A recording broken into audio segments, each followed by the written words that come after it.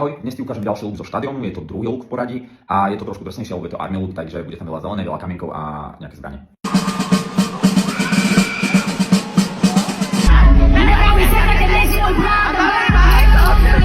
V tomto bloku bolo najviac tanečníkov, bolo ich tam dokopy 40 a okrem oblečenia pre tanečníkov sme takisto s chalami vytvárali aj oblečenie pre armádu, ktorá pochodovala vzadu na letke alebo na bočných letkách.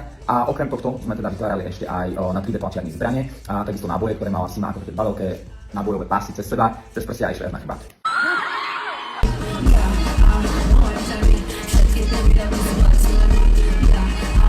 Celý outfit je kombináciou denimu a kože. Koža je využitá hlavne na návlekoch na topánkach, kde sme chceli docieliť výšku topánky až nad koleno. Ďalej ju používam na rôzne opasky a popruhy, ktoré doplňam kovovými komponentami. Pri realizácii topu bolo treba myslieť na dýchanie, preto sú v obvode použité gumy.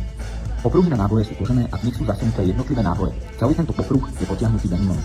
Šortky pozostávajú z dvoch častí. Základom sú upnuté šortky, ktoré držia na tele a na nich sú upevnené o niekoľko čísel väčšie šortky, ktoré sú rozopnuté.